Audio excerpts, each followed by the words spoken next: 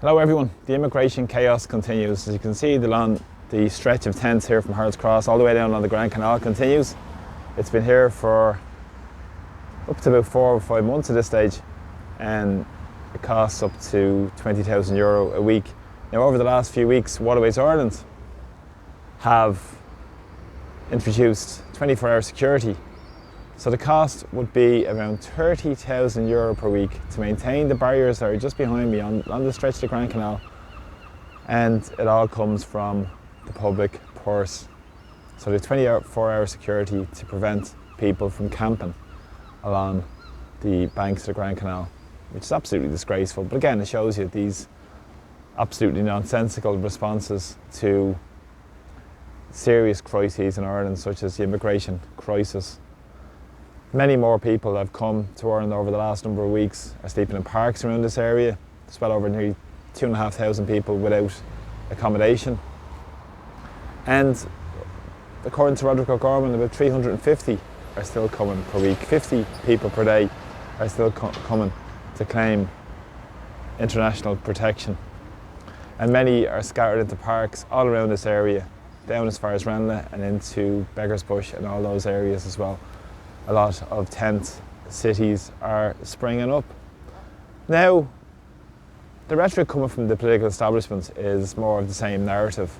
It is about we're coming to deal with the immigration chaos.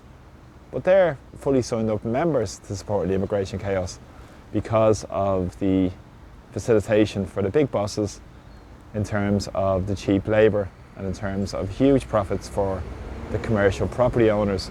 Over €652 million last year was spent on accommodation. This is absolutely insane when you consider the crises we have domestically in terms of homelessness, housing, health, education, people waiting many forms of critical needs, special needs assessment, not to mention the children waiting for the scoliosis surgery. Seems to be no end of money for this, but no money for the true issues that matter people here in Ireland.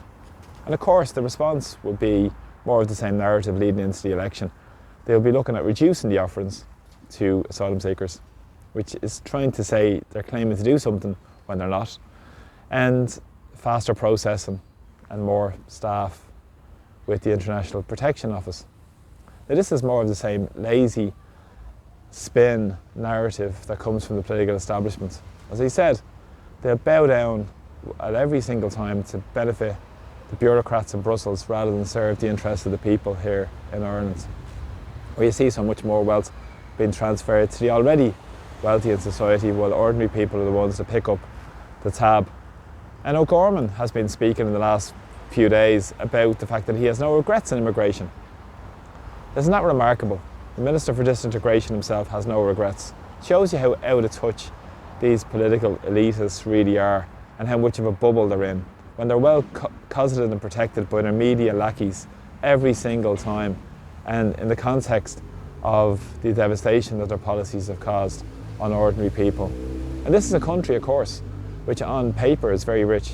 When you consider the multinationals that have huge profits, the big billionaires in society, where 2 billionaires have the same wealth as 50% of the population, and yet you have 1 in 5 children in deprivation in Ireland.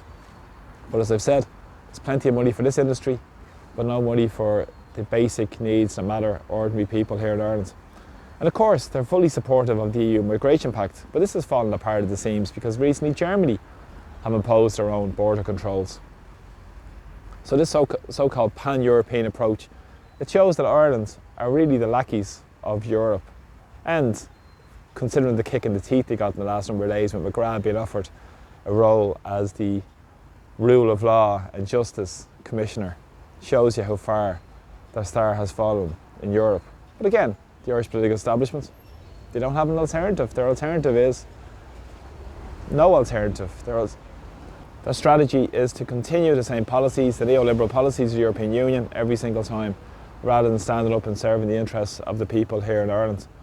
And also, they were talking about the means test supports. Recently, the Poland Foreign Minister has spoken about cutting the allowances to Ukrainian men that have come in the context of sending more of those men off to die in a proxy war in Ukraine at the behest of the big corporations and the imperial power of the United States.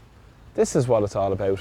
It's absolutely just farcical that this is going to continue again, and more people are being sent off to their deaths in the name of more money and profit for more people at the top of society, while ordinary people are the ones that suffer. And of course, they've changed the rules in the last number of weeks around the work permit issues at the behest of the big bosses, where if you're 6 months in asylum accommodation, you can then access employment, which who does that benefit? Benefits the big employers, who are always afraid of increasing wages because they claim it's inflationary. The profiteering isn't inflationary. Building and printing money supply isn't inflationary, the quantitative easing policies, but it's always inflationary when workers are looking for more money. So it's a good way to repress the wages, and what's the best way is to bring cheaper labour in as well. And the response by O'Gorman again is more of the same. Long-term state provision accommodation centres.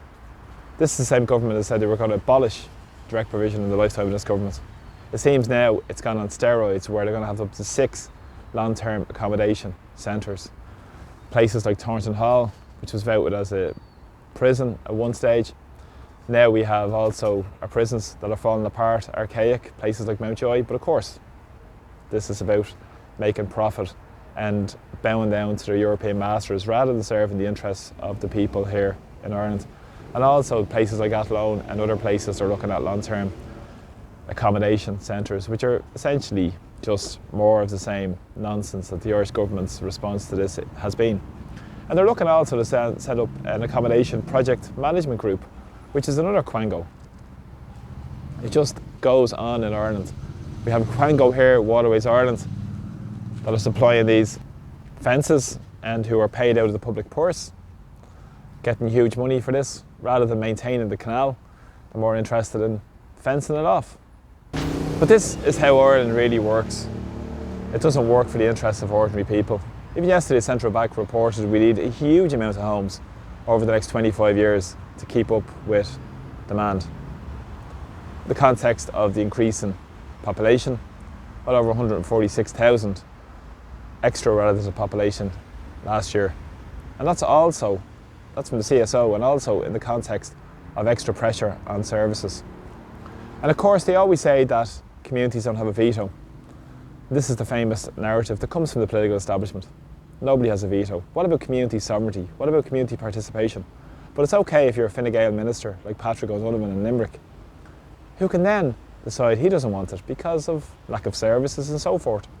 But of course, it's okay if they say that, but then if ordinary people say it, they're shut down, they're smeared, and they're cancelled. This is the way Ireland works. Works for the interests of the rich, the interests of the globalists, not the interests of ordinary people. This is also a synonymous place which is known as Robert Emmet Bridge.